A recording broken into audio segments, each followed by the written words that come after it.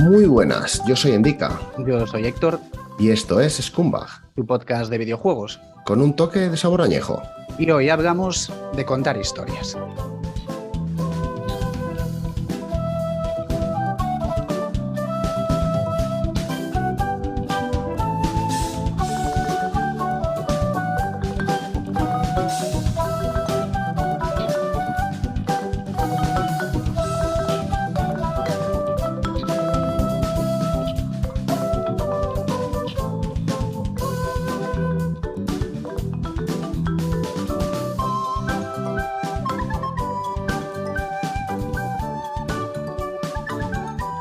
La humanidad ha contado historias desde el principio de los tiempos. Es una actividad esencialmente humana. Las historias nos inspiran, nos mejoran. Primero de manera oral y a través de dibujos, luego de manera escrita. Después, utilizando las herramientas que pudieran tener a mano, como pudiera ser el cine. Los videojuegos, para disgusto de algunos, han conseguido colarse en esa especie de élite de herramientas narrativas y han empezado a ser considerados como lo que tienen el potencial para ser, un medio estupendo para contar historias. No es casualidad que cada vez haya más escritores involucrados en la creación de videojuegos. Terry Pratchett, George R.R. Martin, Brandon Sanderson, Harlan Ellison, Clive Barker y un largo etcétera de nombres propios que han visto la oportunidad de contar historias en un medio más interactivo. Medio que no siempre necesita de una trama elaborada para llegar al público, no hace falta irse muy atrás en el tiempo para encontrarse juegos con una historia relativamente simple o sencillamente inexistente, que aquí entra otro debate que es la palabra videojuego como concepto de cualquier producto digital jugable, porque a diferencia del cine, donde se acota más el significado y no representa cosas grabadas con una cámara, desde un vídeo de boda, un partido de fútbol, hasta una película como puede ser El Padrino, el videojuego hasta ahora se ha entendido como un concepto de cualquier tipo de entretenimiento digital, independientemente de la meta de este. No es lo mismo un League of Legends que un The Witcher, que un Tetris. Son conceptualmente completamente distintos. Pero que está viviendo un auge en lo que a contar historias más elaboradas y experimentales se refiere es un hecho. Y es que los videojuegos son un medio tan único y que permite tal grado de interactividad, con un elemento de elección donde lo que elijas afecta a la narración, que es normal que los creadores y escritores hayan visto una nueva dimensión donde la participación del jugador se entreteje con la historia para marcar la diferencia. Simplificando mucho, las narrativas se resumen en que un protagonista tiene un objetivo y tendrá que superar una serie de dificultades para conseguirlo. Las historias se tejerán en torno a esas decisiones que toma el protagonista y la repercusión de estas en el mundo que le rodea. Se le suman a esto, además, motivaciones internas del propio personaje y problemas externos que toman diversas formas. Pero, ¿qué pasa cuando ese protagonista, sus motivaciones, sus acciones y sus decisiones están representadas por las acciones del jugador? Eso es lo que un videojuego puede ofrecerte y otros medios no pueden ni soñar con ello. En el estudio de videojuegos existen dos vertientes con respecto a esta idea. Por un lado están quienes defienden que la narrativa no es necesaria en un videojuego y que de hecho nos hace perder la perspectiva de lo que es importante y lo que diferencia los juegos de otros medios, que es la jugabilidad. Y por otro lado, están los que opinan que los videojuegos son un medio tan bueno como cualquier otro para contar una historia. Nosotros opinamos que la una no anula a la otra. Los videojuegos no necesitan una narrativa cuidada, o siquiera tenerla, pero los videojuegos también nos permiten contar historias. La interactividad de los videojuegos no es algo exclusivo de este medio. Sin ir más lejos, seguro que más de uno ha probado los libros de Elige tu propia aventura, siendo niños. Y Netflix se ha atrevido a lanzar varias películas en las que el espectador puede tomar decisiones como continuar la historia. Por ejemplo, hay un capítulo de Black Mirror que es exactamente eso. Pero las posibilidades que ofrece un videojuego siguen estando a años luz. Se nota bastante que son muchos años profundizando en este concepto. Esa interactividad se desarrolla en un espectro que va desde las historias totalmente lineales a las historias determinadas por el jugador. Esto es, narrativas predeterminadas y narrativas emergentes. Las predeterminadas son las más tradicionales, historias ya escritas, incrustadas en el propio juego y, como su nombre indica, predeterminadas. Los jugadores no pueden cambiar el curso de la historia y son como lectores de un libro que se va narrando ante ellos. Las narrativas emergentes son, por otro lado, las que el jugador crea con su experiencia en el juego. Juegos como los Minecraft o simuladores de gestión tienen poca o ninguna historia y los jugadores juegan y crean su propia narrativa basada en sus propios intereses y objetivos, dentro de la infraestructura del propio juego y su mundo. Como hemos dicho, los juegos se sitúan en un espectro entre estos dos extremos. La mayoría combina diferentes grados de ambos tipos de narrativa e incluso incluso los más predeterminados pueden producir experiencias emergentes en sus jugadores. Si pensamos en Metal Gear Solid, es una historia muy lineal, que nosotros no podemos variar con nuestras acciones o decisiones. Sin embargo, la forma en que decidamos afrontar las diferentes fases del juego dependerá totalmente de nuestras preferencias. Podemos utilizar un arma concreta, hacer uso del sigilo, liarnos a tiro y reventarlo todo. Disfrutamos del juego como mejor nos apetezca, pero al final la historia no cambiará ni un ápice. El problema de esto es que hay elementos inherentes a una buena historia, que es muy difícil o casi imposible recrear cuando tu narrativa es totalmente emergente. Es difícil crear suspense o sorpresa si la historia no está predeterminada o si depende totalmente de las decisiones de un jugador que muchas veces tratará de evitar el conflicto o tomará caminos que sencillamente el desarrollador no se haya planteado. Sucede además que hay narrativas que son muy complicadas de llevar al videojuego porque directamente están limitadas por la tecnología. Un RPG puede darte libertad, pero esa libertad siempre va a estar supeditada a algo que las máquinas del momento te puedan ofrecer. No puedes ni se podrá hacer un RPG de decisiones infinitas e infinitas consecuencias para cada una de ellas, porque directamente los ordenadores tienen una capacidad finita. Vamos, que ningún RPG va a poder superar en cuanto a rol y meterse en una caja de cartón e imaginar que es una nave espacial. No, para nada. Y es que los juegos de rol tienen una característica muy especial en su vertiente de mesa. Existe un narrador, existe una historia, pero es el jugador quien escribe y narra y da vida al personaje. Y hacer esto en un medio como el videojuego es complicadísimo. Los juegos te dan esa ilusión de libertad mediante ciertos trucos que a veces no pasan la prueba de la rejugabilidad. Hemos hablado anteriormente de Mass Effect y de su historia y sus decisiones. Llegados a ciertos puntos del juego, nos hará tomar decisiones que tienen un impacto bastante grande en el jugador, pero no tanto en la trama. Y esto es algo que quizás sospeches cuando lo juegas por primera vez, pero se acentúa al rejugarlo y descubrir que esas decisiones no repercuten tanto, ni cambian la historia global tanto como desearíamos. De hecho, me gustaría hacer hincapié en algo que comentaba en el episodio de RPGs, y es que los videojuegos de rol, la consecuencia existe gracias a la limitación, no en dar libertad. Si a ti te dejan hacer todo sin ningún tipo de repercusión, se pierde la sensación de libertad, porque el mundo no es reactivo. Algo que, por ejemplo, pasa en Oblivion. Oblivion te permite hacer todo, pero el mundo no es reactivo. No hay una segunda partida en la que puedas elegir otras opciones. Sin embargo, si una acción limita a otra por ser diametralmente opuesta,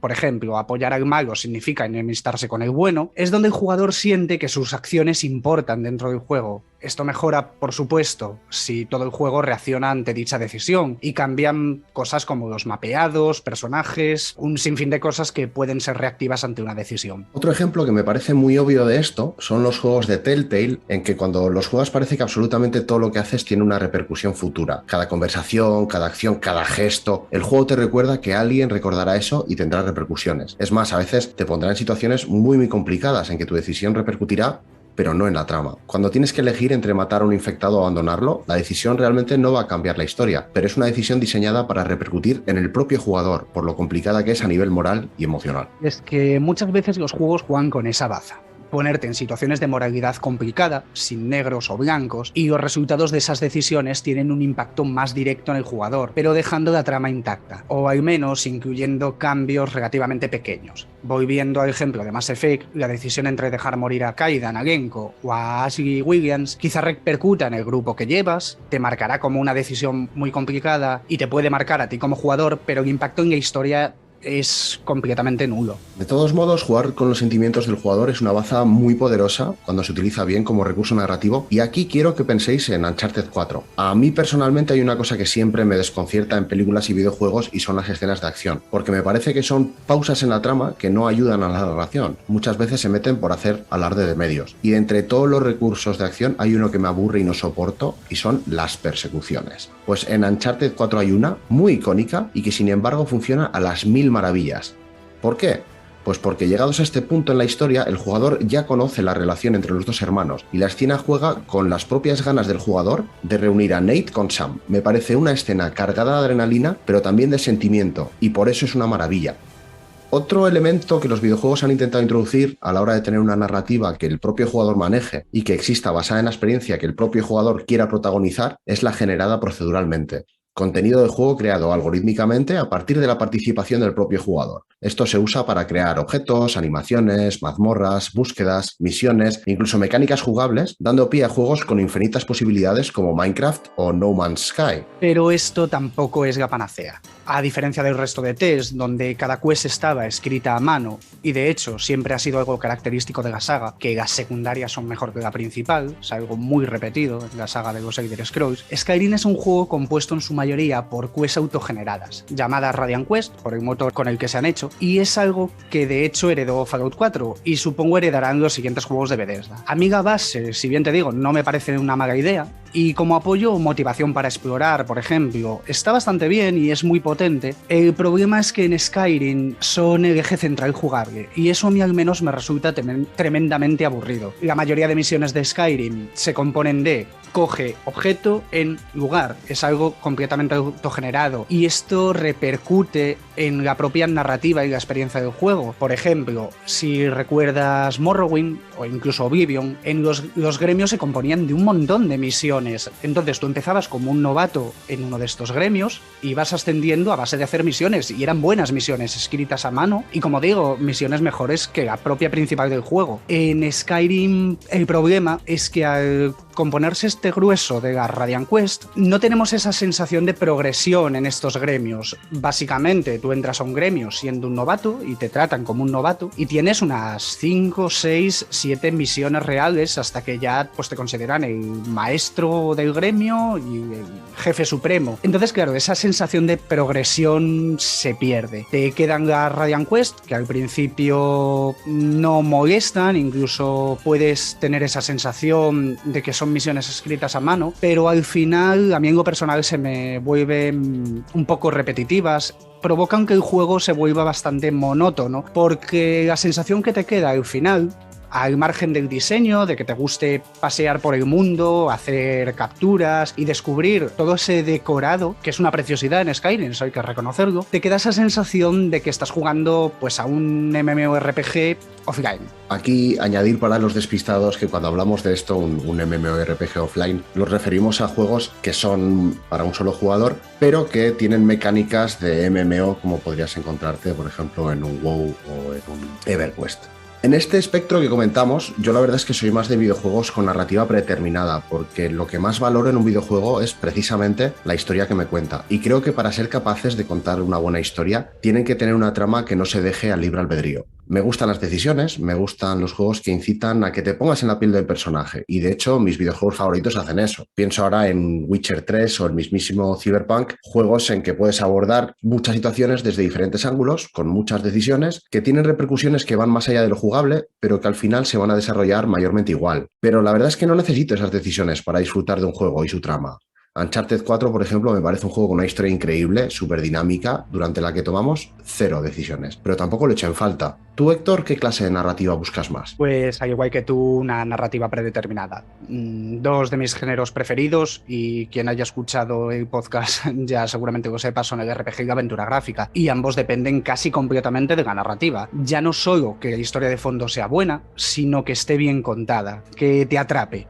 Los RPG o las aventuras gráficas no son juegos que por norma general juegues por sus mecánicas. En un plataformas, por ejemplo, la historia es lo de menos. Lo que se busca es el ocio a través del desafío y la jugabilidad. En un RPG, si la historia no funciona, nadie o casi nadie juega un RPG única y exclusivamente por los combates o por gestionar su inventario. Esto no descarta, por supuesto, las sensaciones que nos pueden transmitir pequeños matices de narrativas emergentes en títulos cuyo núcleo es la narrativa predeterminada. En muchos videojuegos, los momentos no scripteados y que nos conectan como jugadores mediante contexto y momento pueden dar lugar a emociones realmente potentes, más incluso que la de eventos predeterminados, por muy bien que estos estén escritos. Breath of the Wild es un ejemplo de esto que a mí me parece muy bueno. Hay muy pocos momentos scripteados, como si por ejemplo pasan los juegos de Rockstar, y sin embargo la sensación final es la de un título con un mundo tan orgánico y vivo como la de los juegos de Rockstar. También he de decir que en estrategia, por ejemplo, creo que la narrativa emergente funciona muy bien. Crusader Kings, del cual comentábamos en el episodio de videojuegos originales, no tiene ninguna historia de fondo, solo un contexto y ciertos eventos. Tú vas creando tu historia y cogiéndole cariño u odio a los personajes, tanto los que manejas como los que te putean para usurpar tus títulos. Otros juegos que se me vienen a la cabeza que usen este estilo de narrativa funcionando muy bien son Kenshi o Project Zomboid, juegos de supervivencia en general. Si el juego te da las suficientes herramientas, eres capaz de crear tu propia historia, y en cierto modo se parece mucho al rol de mesa. Ambos tipos de narrativa las disfruto,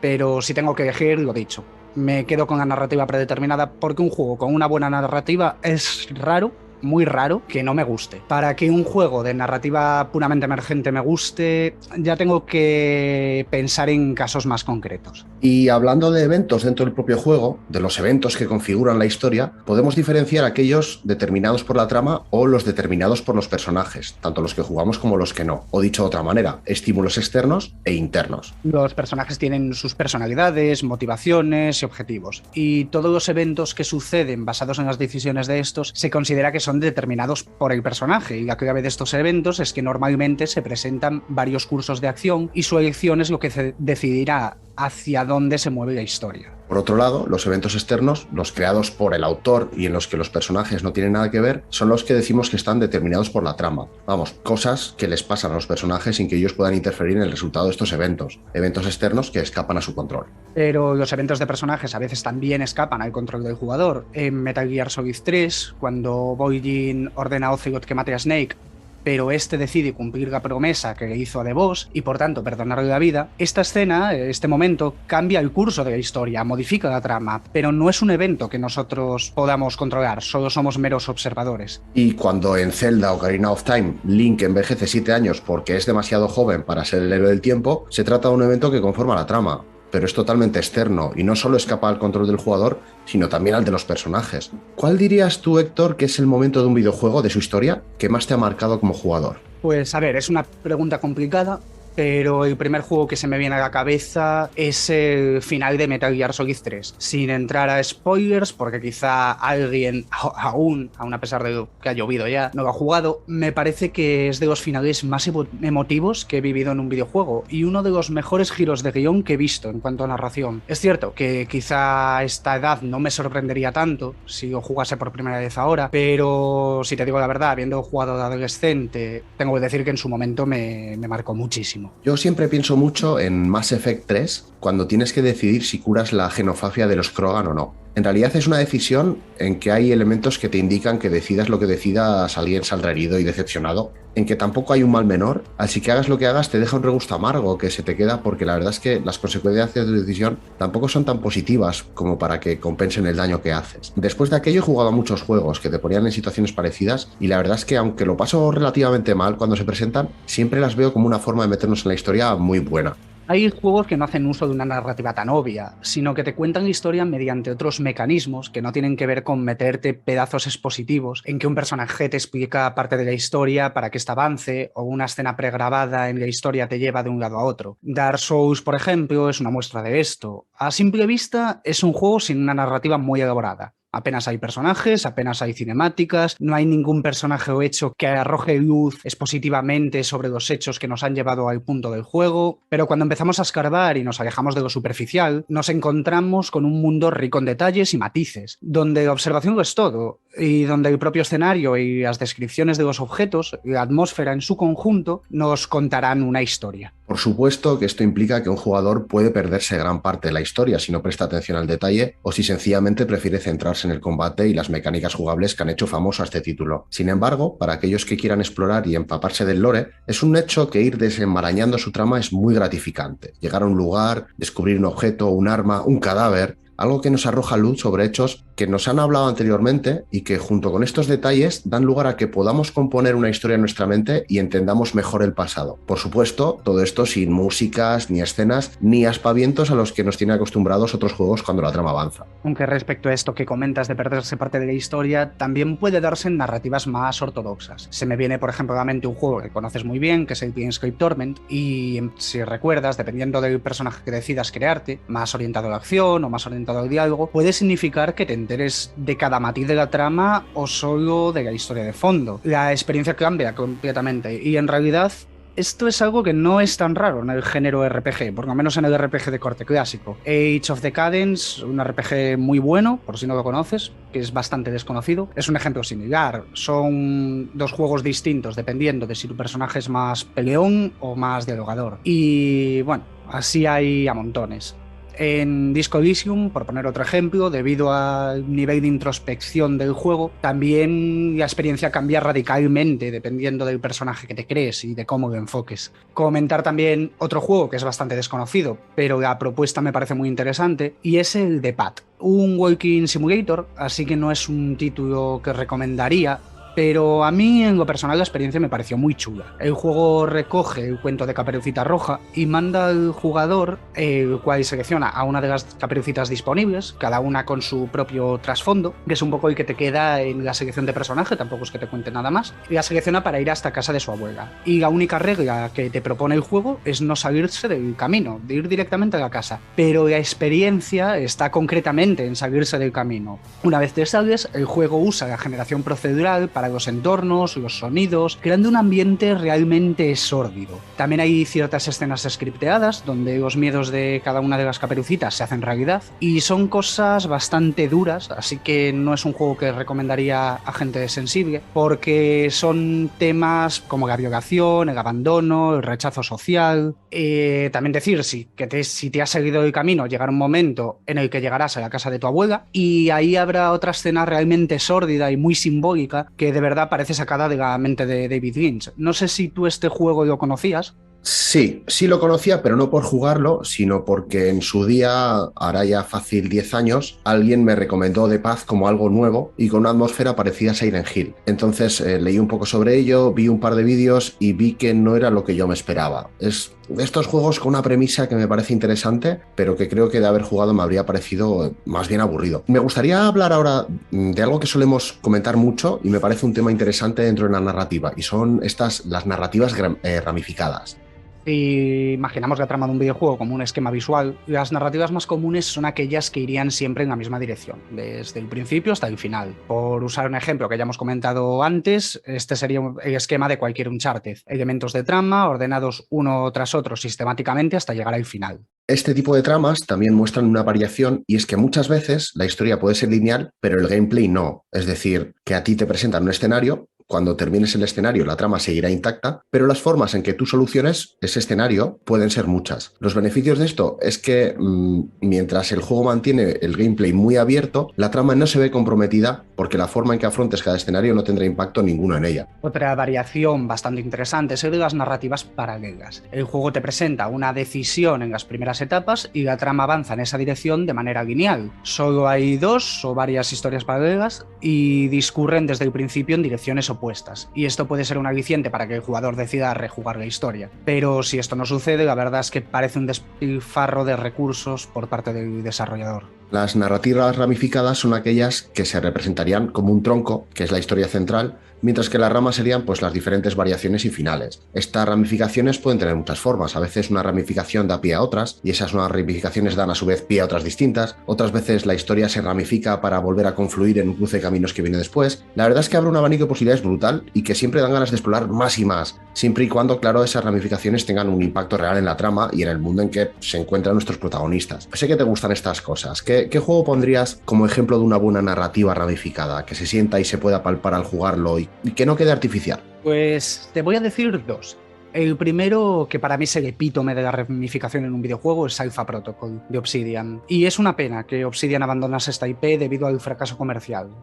Fue un juego que intentaron hacer una mezcla entre Metal Gear Solid y Mass Effect en lo jugable sin el nivel de producción de estos. Así que quedó bastante descafeinado en cuanto a mecánicas y sobre todo a día de hoy resulta bastante ortopédico de jugar. Pero en cuanto a decisiones y ramificación sí que te digo que está a otro nivel respecto a casi cualquier juego que haya jugado. Es un juego en el que cada decisión cuenta y cada decisión cambia aspectos de la trama. O sea, dos partidas pueden ser completamente distintas dependiendo de tu decisión, al nivel de que hay personajes que en tu primera partida te pueden parecer esenciales para la trama y en una segunda partida ni los conoces. El segundo que quería comentar, The Witcher 2. En este aspecto es el mejor de la saga con diferencia. Poco que decir, uno de los actos del juego cambia radicalmente dependiendo de una de las decisiones. Y también hay ciertos aspectos del siguiente acto que cambian. Si no recuerdo mal, eran 3 actos. De muy pocos juegos podemos decir esto. Es cierto que hay muchísimas cosas en The Witcher 2 que se prefirieron en la tercera parte, y también es cierto que si juegas primero al 3,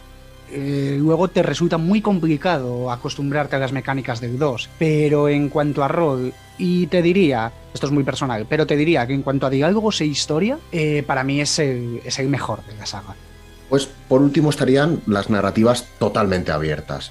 No porque el juego sea vasto e interminable, sino porque nos representan un marco en que nosotros como jugadores decidiremos qué hacer y dónde ir y en qué elementos centrarnos. Ejemplo de esto son los MMOs como World of Warcraft, Star Wars, The Old Republic. La historia está ahí, desperdigada, en diferentes zonas. Podemos acceder a ellas como queramos, podemos seguirlas como queramos o podemos, si queremos, ignorarlas. El caso es que en realidad este tipo de estructuras están pensadas para invertir tiempo y disfrutar del camino más que centrarse en llegar a un desenlace. Y bueno, ya que hablamos de desenlaces, pues ahora nos acercamos ya al desenlace de este episodio, así que hay que dar paso al juego de la semana.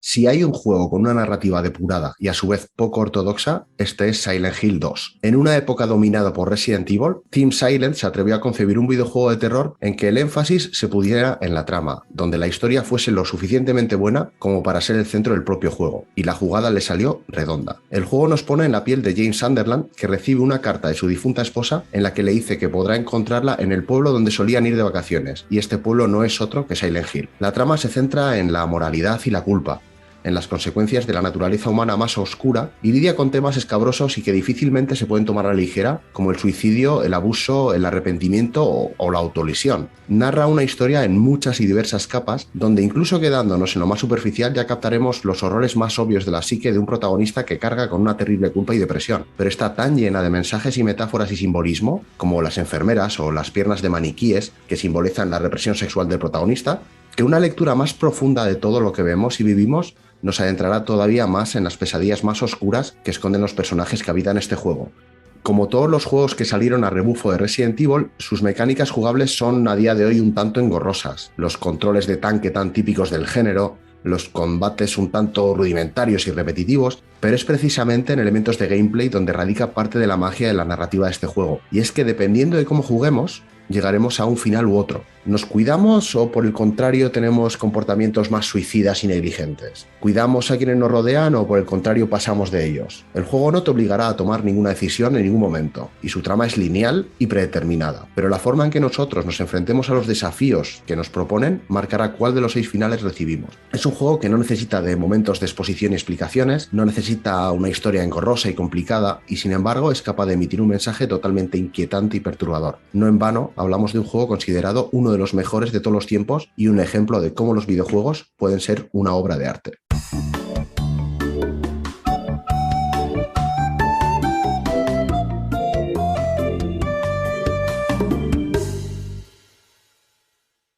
Pues con esto llegamos al final. Muchas gracias por escucharnos una semana más. No os olvidéis de suscribiros al canal y seguirnos en Twitter para no perderos ninguna novedad ni ninguno de nuestros fantásticos hilos. Y recordad que esto no es un game over, es solo hasta la semana que viene.